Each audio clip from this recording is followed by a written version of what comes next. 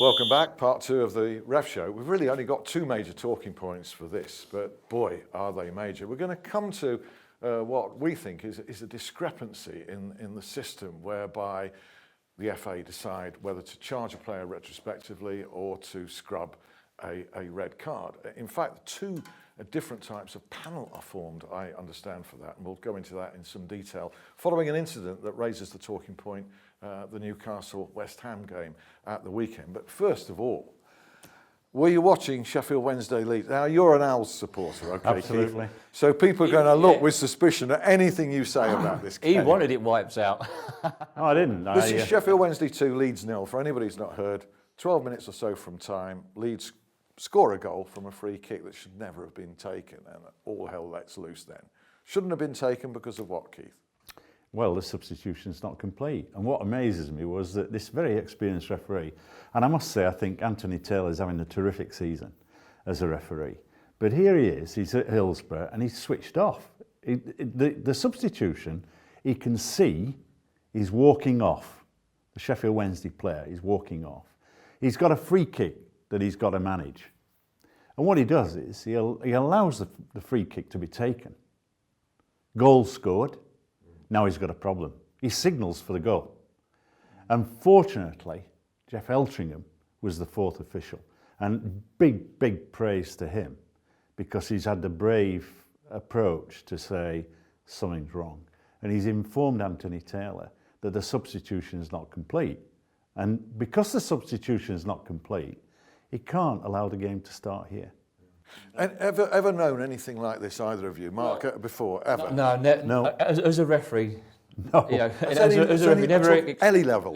Oh, I've No. never experienced that. I mean, for people watching the show, obviously, you know, it's law-free, number of players, and the substitution procedure. Correct. And always, you know, never expected on a football pitch as a referee. And as Keith said, a referee of Anthony's stature, a FIFA referee, that should never happen at this level. Why did it happen? Because he lost his focus, he lost his concentration, and when you do that on the football field, then it comes back to bite you, doesn't it? And Yeah, I think Anthony will learn. Yeah, I think there are a couple of dangers here. You know, Mark and I have probably been put into games as a substitute. We've gone there. We thought we got a weekend off, and Anthony was due to be fourth official down in London, and he's probably set himself up, prepared for that, and all of a sudden he's called in, probably a couple of days before, and it's a championship game. And this is where you've got to be so careful. You know, I'd come off an international match or a championship, Premier League game, and referee in the local parks. And I knew that I had to be focused. I knew I had to put the effort in. And he's come into a championship, and he's gone, well, I've got it under control. Everything, it's going well, which it was. And he was in charge, and all of a sudden he switched off, and the game's bitter. Keep spot on. Whether you're refereeing in the Premier League or you're refereeing in the National League or League Two, you treat every game the same. You treat it as a cup final. Other aspects to this, Steve Evans was apoplectic about this, as maybe you would expect. You've got to have some sympathy for the guy. He thought his team had scored. He disappears down the tunnel for a wee, right? Because we saw him spin on his heel and go down the tunnel at that point. He comes back, it's 2-1. He comes back and it's 2-0 with his team losing. And he's going, what? So actually, as that call of nature saved him from a disciplinary, because can you imagine him on the touchline when that Eltringham was explaining what had to happen? What could this mean? Well, I mean, the whole aspect was it probably did save him. But nonetheless, his comments were about an international referee that this year has had a Champions League game. He's been a pretty good and consistent performer at the Premier League level. And here's a manager saying he should never referee again. Well, he was saying he should referee the under-9s next week or something. That was sort of an off-the-cuff. Listen, we all make mistakes. He makes many mistakes in his team selections and his substitutions. And listen, Anthony Taylor's has made an error. and he's rectified it. Absolutely. That's the important bit. He's rectified it, and before we've restarted play. Correct. And that's the important thing. Things went against both teams, though. It wasn't just that in that game. I mean, early on, you were quite clear that Sheffield Wednesday should have had a penalty when Forestieri was wrestled over by Belushi. You also questioned whether Sam Hutchinson of Wednesday should have been sent off. You felt was on the borderline. Look, I think Hutchinson is a player that we like in the game. However, I have to say, and I've said it before, this guy goes in and he's going in with excessive force. And there's a degree of malice in it. It may not be his intention, but in the view of anybody that's officiating a game, there is malice by the very nature. And therefore, I just wince a bit because on another occasion, he would have got a red card. Should learn from it. He should learn from it, absolutely. The penalty kick was a clear wrestle to the ground, and you suddenly think, why has he ignored it? Bad day at the office for Anthony Taylor. Something to learn from for players. John Joe Shelvey, can we come to this? I know that we'll give Mark Halsey the floor at this point.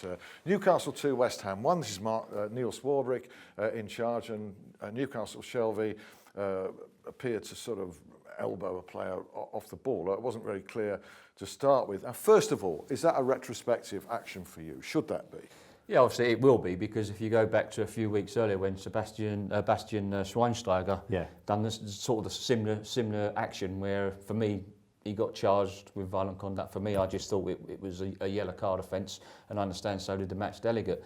Yeah. So it's innocuous, really. So it is. So you know what happens there is when there's an incident unseen by the match officials, it goes to a three-man panel, which is 3 referees. Now, if you look at... 3 former referees. 3 former referees, yeah. So if you look at an incident where someone is sent off by the match referee when he's seen the incident and they appeal the red card, that goes to an independent panel. So if you look at Jeff Cameron a few weeks ago, when he was sent off wrongly in our opinion.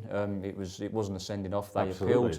Yeah. It went to the 3-man independent panel, or ex-referee, ex-player, ex-manager, ex-referee, player, manager, FA, Football Association. Yeah, it was overturned. Now, on retrospective action, an incident unseen by the match officials go to 3 ex-referees. So there's a difference there. Yeah. So you can understand why. So Bastian Schweinsteiger was charged. Yeah. Jeff Cameron got away with it because it's two different panels. Yeah. And I think that would be exactly the same for John Joe Shelvey. I don't think it was a red card, but we'll have to wait and see if it... You also thought that the referee must have seen it, or... I think the referee was...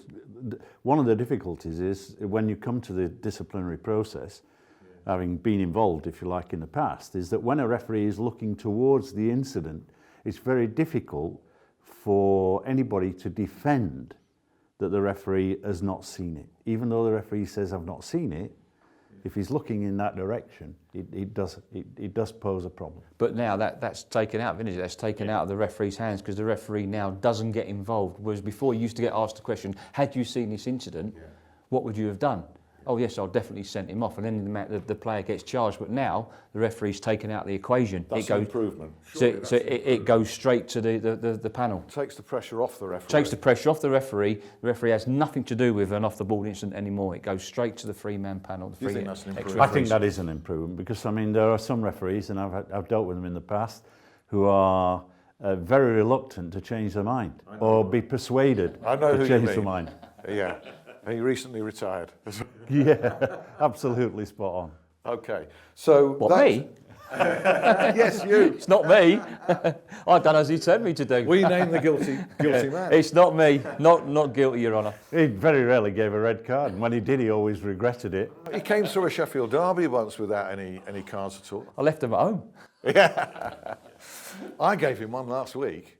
I gave him because he was butting in at the end of the first half of the show, weren't you? You wanted me to carry on with Strictly Time. Can you remember, as a Wednesday, I was in Hillsborough when we opened up the season, and within 15, 17 seconds, Kevin Pressman, the Sheffield Wednesday player, is walking to the tunnel because he's committed a denial of an obvious... I mean, it was correct decision, but I was cursing him at the time. I remember thinking, oh no, 13, 14 seconds, I've got to send the keeper off. Oh no. Absolutely. We forgot to look back, relative to that chat about retrospective action and everything. Kyle Norton of Tottenham And that shocker of a red card from Graham Scott, that was scrubbed, you see. Listen, I mean, without a shadow of a doubt, I mean, I've got to say, I have some sympathy with Graham Scott. I've got to say, I don't blame Graham. I blame the PGMOL management. He should never been appointed to that game. Andre Mariner obviously should have been appointed to it. Obviously, he was injured, so he was taken off it 2 days before. And listen, remember, all the referees are professional. They're professional. So what they should have done was manoeuvred their team around and put an experienced referee on that game. Good because though. it was a huge game. Yeah, good though, on the other side of the coin, to see Neil Swarbrick back. Yeah, Just good. briefly, back in the Premier League with a game. Yeah, absolutely. God knows what he's been doing, but We'd love to know. Right. Mark, thank you. And to Keith, rejoin us for another ref show. Thanks for your company. See you next week. Bye.